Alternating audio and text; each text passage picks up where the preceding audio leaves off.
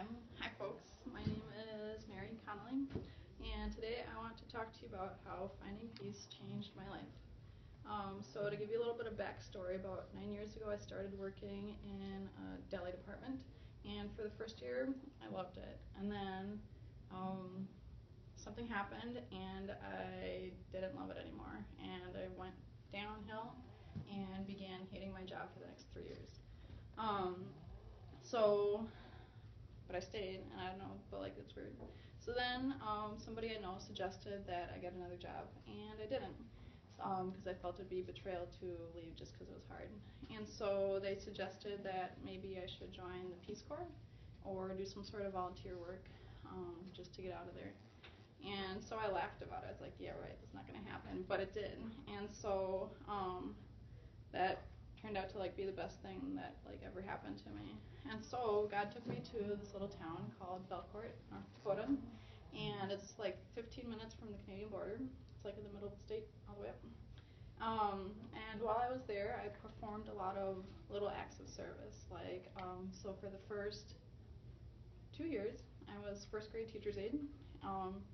And like in that, like I just pretty much sat in the back of the classroom, took attendance, checked homework, disciplined kids, worked with kids. I helped with recess duty, lunch duty, something else, after school care.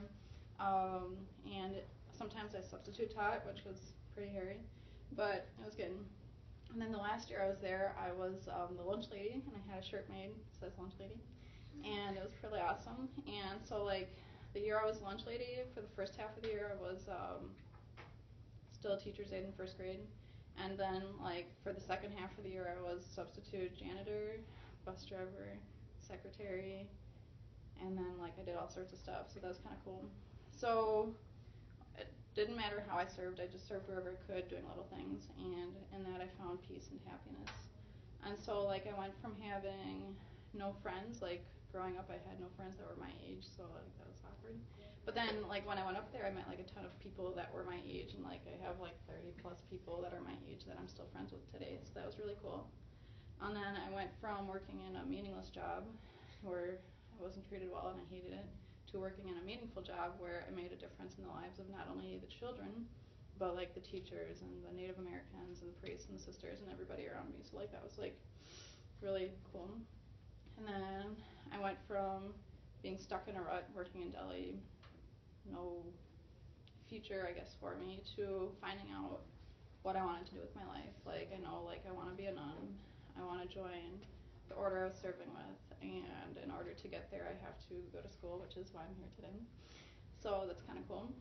I went from never fitting in my environment to being accepted and loved and fitting in, I guess. And like Belcourt became home. It was just, it's home for me. And like my family doesn't like that I say it, but it was home, and it still is.